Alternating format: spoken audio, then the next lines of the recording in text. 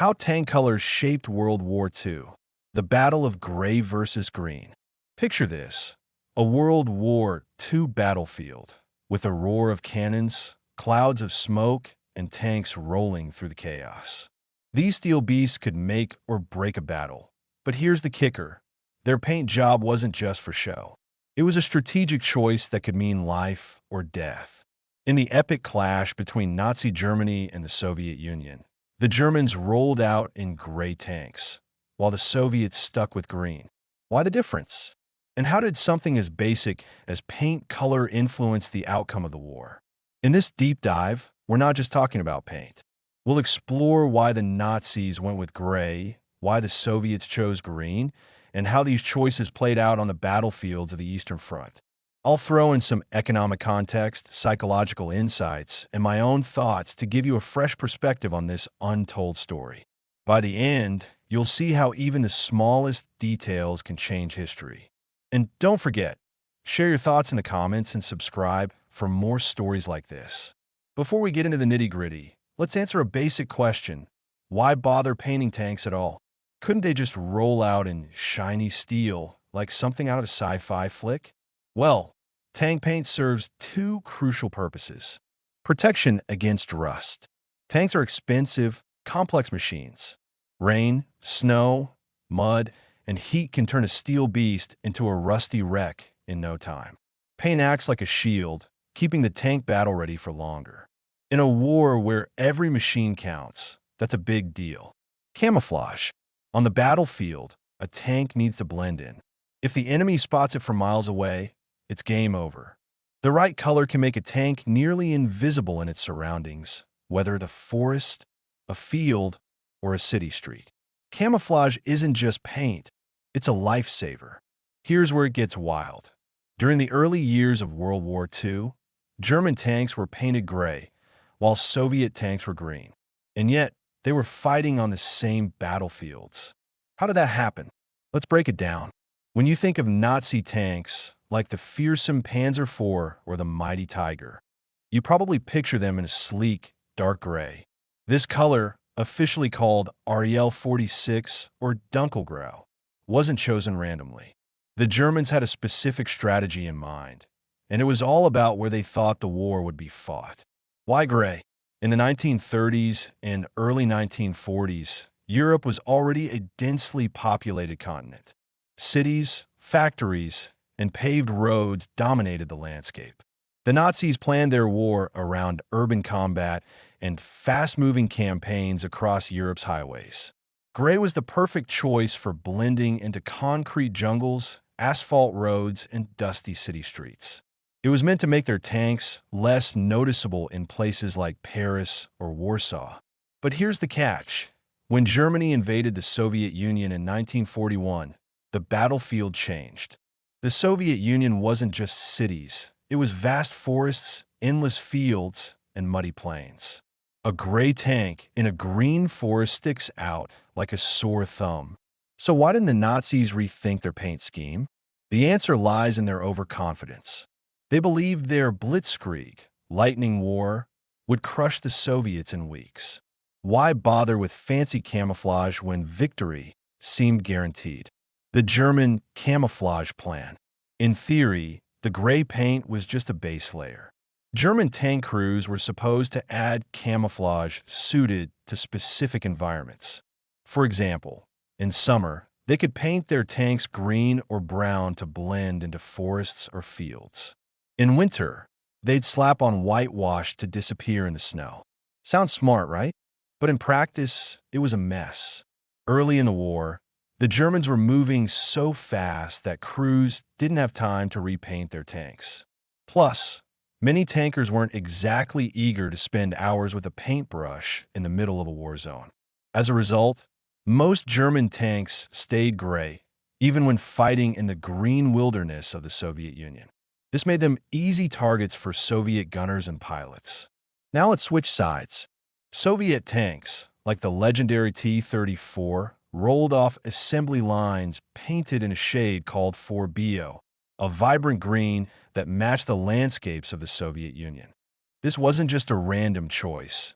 It was a reflection of where the Soviets expected to fight. The Soviet Union was a land of vast forests, rolling fields, and grassy steppes. For Soviet engineers and commanders, it was obvious. Their tanks would be fighting on home turf, surrounded by nature.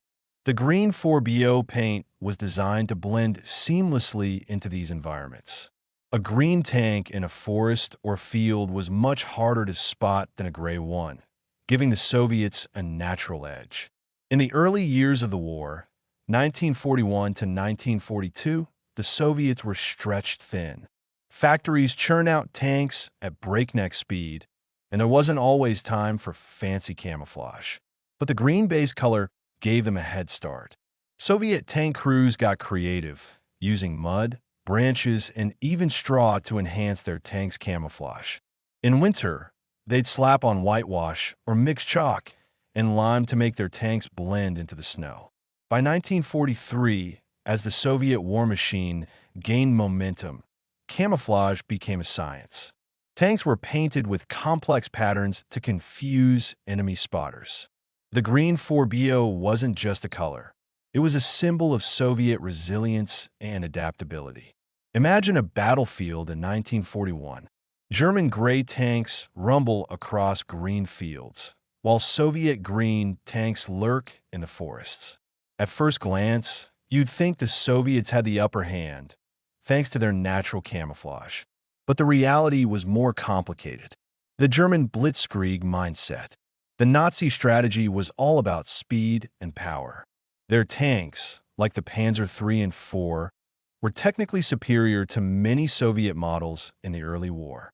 They relied on Blitzkrieg tactics, fast, coordinated strikes, to overwhelm the enemy. Camouflage? That was an afterthought. The Germans were so confident in their victory that they didn't bother with proper paint jobs. Gray tanks were fine for their plan. Roll in, win fast, move on. But in the vast Soviet landscape, this arrogance backfired. Gray tanks were easy to spot in fields and forests, making them sitting ducks for Soviet anti-tank guns and aircraft. Even in urban battles, where gray should have worked, poor coordination and rush campaigns left the Germans exposed. Soviet grit and ingenuity. The Soviets, on the other hand, were fighting for survival. Their tanks were produced in massive numbers, often rushed into battle straight from the factory. The green 4BO paint gave them a built-in advantage, letting them blend into the terrain. Soviet tankers learned to use the landscape, hiding in forests, behind hills, or in tall grass. This allowed them to launch surprise attacks and avoid direct clashes with stronger German forces. By 1943, as the Soviets pushed back, their camouflage tactics got even sharper. They didn't just rely on green paint. They used every trick in the book to make their tanks invisible. This gave them a crucial edge in key battles like Stalingrad and Kursk. By 1943, the Nazis realized their Blitzkrieg dreams were crumbling. The war in the Soviet Union wasn't a quick victory. It was a grueling slog. And those gray tanks? They were becoming a liability. The German high command finally woke up and decided to rethink their approach to camouflage. Germany's new paint job.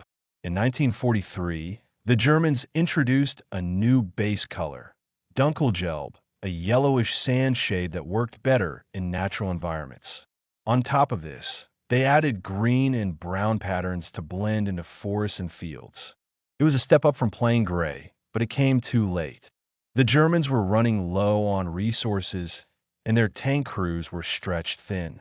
Repainting tanks in the middle of a losing war wasn't exactly a priority. Meanwhile, the Soviets were hitting their stride. With increased production and aid from the Allies' Lend-Lease program, they could afford to focus on details like camouflage. Soviet tanks weren't just green anymore. They were painted with intricate patterns to fool the enemy. The tide was turning, and paint played a surprising role. To understand why tank paint mattered so much, let's look at the economics. In 1941 to 1942, Germany was pouring massive resources into its war machine. A single Panzer IV cost about 103,000 Reichsmarks, roughly $1.2 million in today's dollars. Paint was a tiny fraction of that cost, but its impact was huge. A poorly camouflaged tank was more likely to be destroyed, wasting millions in resources. The Soviets, despite early struggles, had a more cost-effective approach. AT-34 cost around 269,000 rubles, about $500,000 in modern terms. The Green 4BO paint was cheap and effective, letting the Soviets save resources for other priorities. By 1943, Germany's economy was buckling under the strain of war, while the Soviets ramped up production and refined their tactics. Camouflage became a small but critical part of their success. Paint isn't just about hiding, it's about mindset.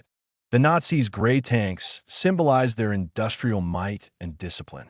Gray was the color of factories, cities, and order.